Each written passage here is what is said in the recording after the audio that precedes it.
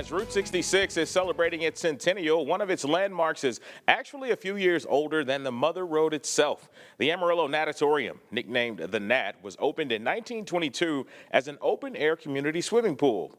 But it's become much more than that over the years. Our Jack Kessler has more on the rich history of the Nat and what you can find when you visit. This is part of our Destination USA Route 66 coverage.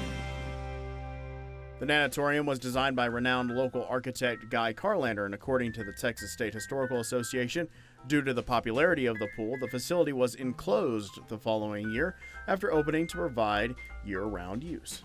But the pool wasn't opened as long as some people think. It was only a pool for about 3-4 years. It eventually became a ballroom and a dance hall, and it was like that for a large amount of its history. According to the Historical Association, in 1926, J.D. Tucker purchased the Nat and covered the swimming pool with 10,000 square feet of maple flooring to create a dance floor. Well, the pool is actually still there.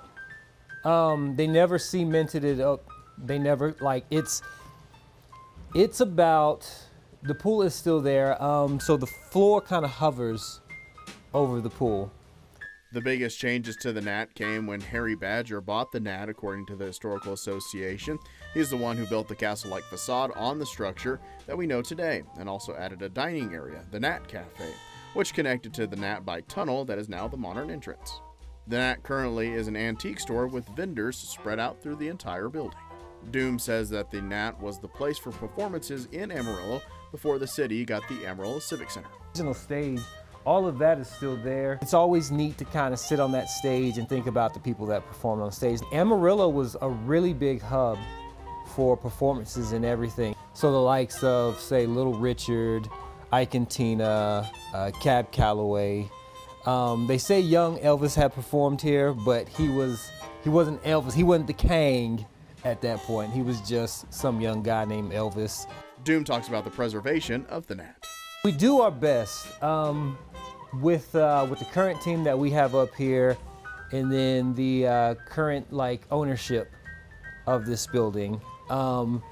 We work together to really make sure that because as a business we still have to do repairs and make sure things are suitable for the people that work here and the patrons, but we still want to keep it as original or still as nostalgic as we possibly can. So that's kind of how we accomplish that.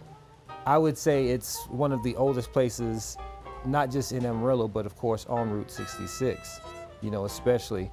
And I think when you lose, it's always important to preserve history and to keep it going, and not just for those who grow up in this area, but for those who travel Route 66. Jack, thank you. And according to Historic 6th on Route 66 Association, in 2012, the Nat once again went under renovations and reopened in 2013 as an antique shop. Doom says they have more than 100 vendors inside of it. To learn more about the Nat, you know where to go, myhighplains.com.